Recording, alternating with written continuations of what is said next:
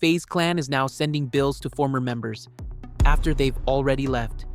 And on the surface, this just looks like drama, but it's not. This is what happens when creators don't control the system they're part of.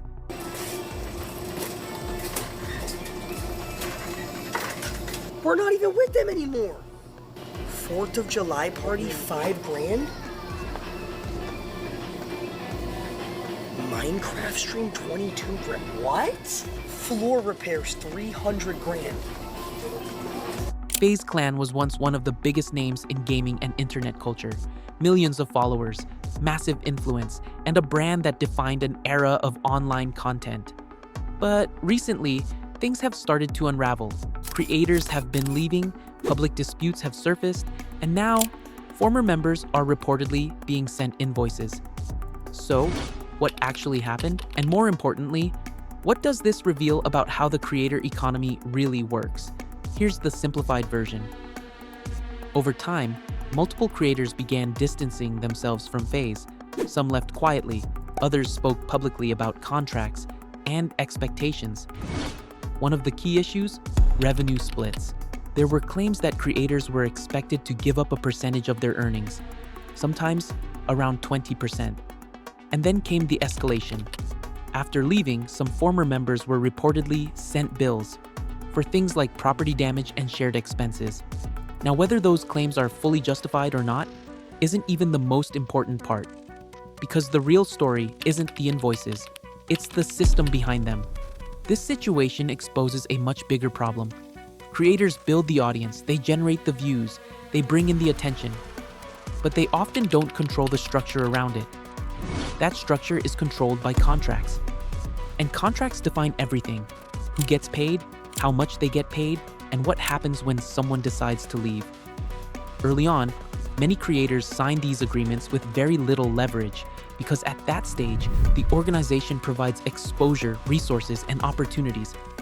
But as the creator grows, that balance starts to shift. The creator becomes more valuable, more independent, more powerful. And that's when tension begins. This isn't unique to FaZe. It's a pattern. Creator organizations operate like a mix of talent agency and business. They invest early, they take risks on creators, and in return, they expect a share of future earnings. Which makes sense at the start. But over time, incentives change. The creator wants more freedom, more ownership, more control. The organization wants stability, revenue, and a return on investment.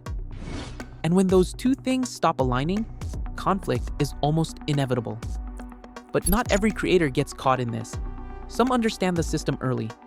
A good example is YourRAGE. When he joined FaZe, he reportedly took a very different approach.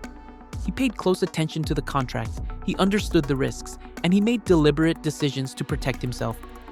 For example, he avoided fully embedding himself into the FaZe structure, he didn't rely on shared housing, and he kept a level of independence from the organization. But just know, there are no strings on me. There was never no strings on me. I make sure I read my shit front and back. I don't play about those, bro. You want to pay for my rent?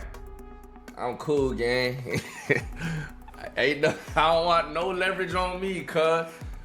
This meant that when tensions around FaZe started to rise, he wasn't exposed in the same way. No shared liabilities, no unexpected obligations, just distance from the risk, because when conflict happens, there are real financial consequences. In the short term, creators can lose sponsorships, deals can fall through, and legal disputes can become expensive very quickly. But the long-term impact is even bigger. Reputation takes a hit, trust breaks down, and future opportunities become harder to secure. And it doesn't just affect the creators. The organization also takes damage. Brand perception changes, public trust weakens, and the entire system starts to look unstable. And this is where things get interesting, because this isn't just about FaZe. This same structure exists across the entire creator economy. Influencer agencies, multi-channel networks, streaming platforms, they all sit in the middle, connecting creators to money and taking a cut along the way. Which means one thing, even when creators are the ones generating the value, they're not always the ones in control. So this situation isn't really about invoices, and it's not just about contracts. It's about control. Because when you build your career inside a system you don't own, you also inherit the risks of that system. And when things go wrong, the system doesn't lose. The creator does.